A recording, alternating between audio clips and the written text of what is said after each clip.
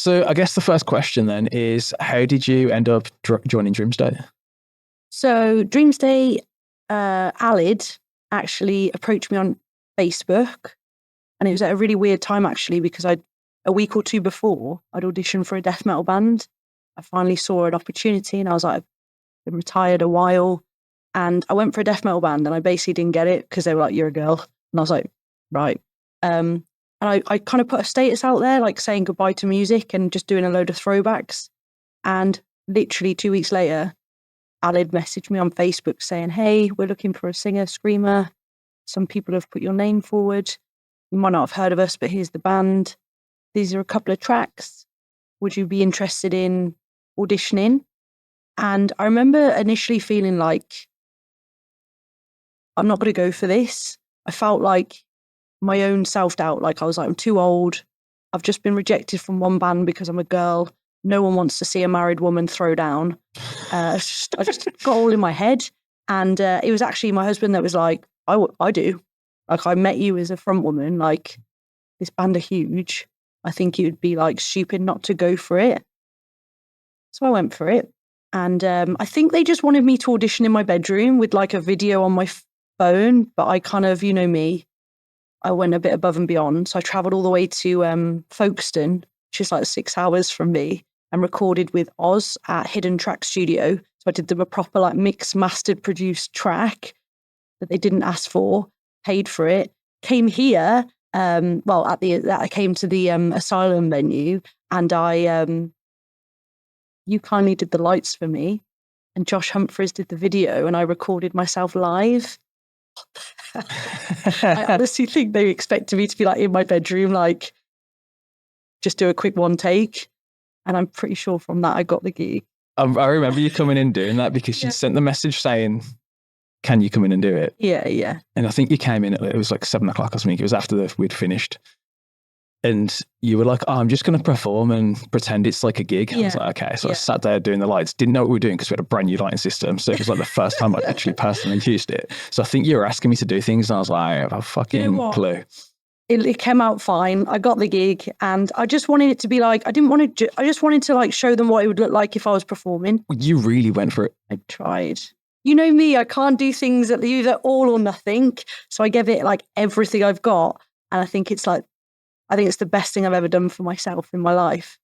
And here we are. So yeah, thank you. Power of social media. So if you hadn't have gone all in with that, because that was like, I don't think there's anything else you could have done. You had a proper actual venue, like 600 cap room that you were performing on the stage. You had professional recording. Yeah. You had a really good videographer come and do it. There's nothing else you could have added. If you had have just done it as a selfie on your camera phone in your bedroom, do you think you'd have still got it?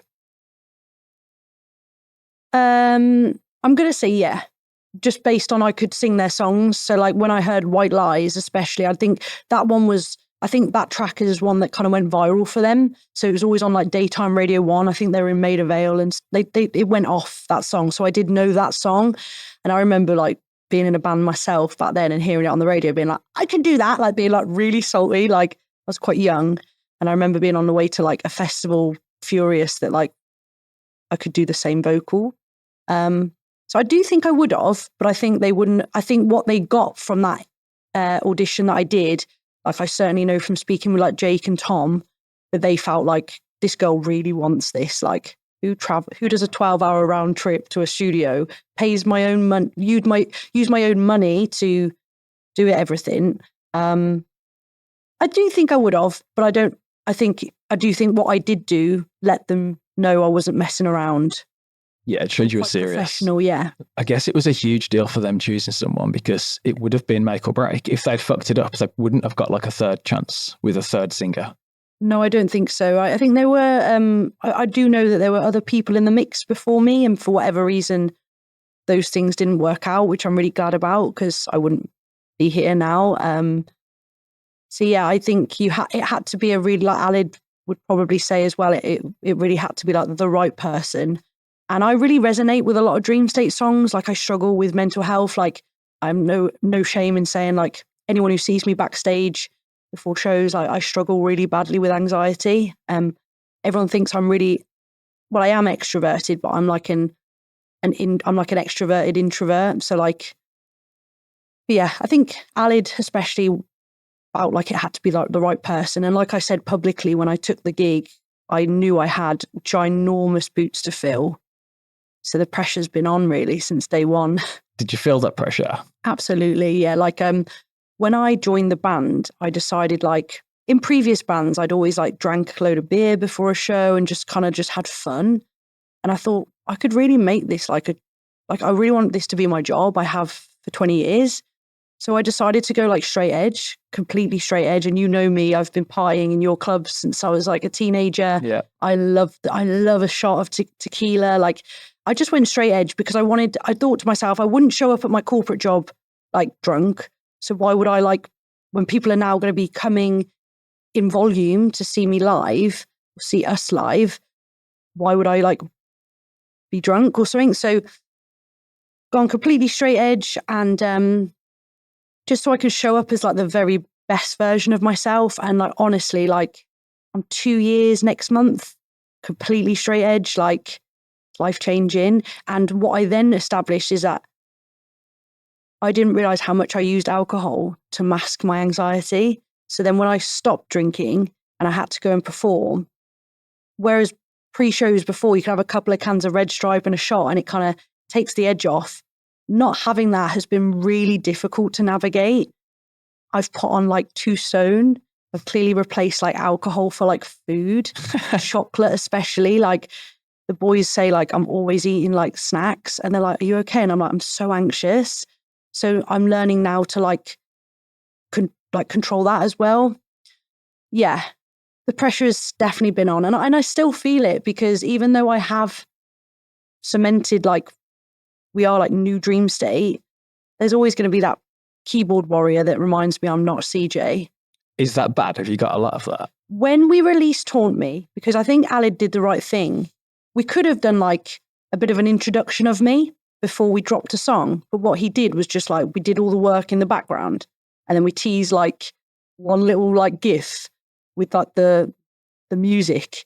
And people were like, what? And then we dropped Taunt Me and it didn't give people chance to like, there was hate, but like, I think because it was just dropped and like one day, like the world woke up and saw a new Dream State song, there was a lot of excitement from the hardcore fans that their favorite band was back. But I did get the first 2 releases, there was like, I'd say the first 2 releases, it was like 70% positive, 30% negative. But the negatives were like hardcore. And then now, fast forward like 2 years, I'd say it's like 95% positive with like naysayers now physically approaching me being like, I didn't like you when you first came, but your vocals have really like spoke for themselves. You've really like worked hard. I mean, the things people say to my face is shocking, but there's about 5% that still hate me, but I could be Hayley Williams and still have haters. So I just say thank you for like the engagement on my algorithm.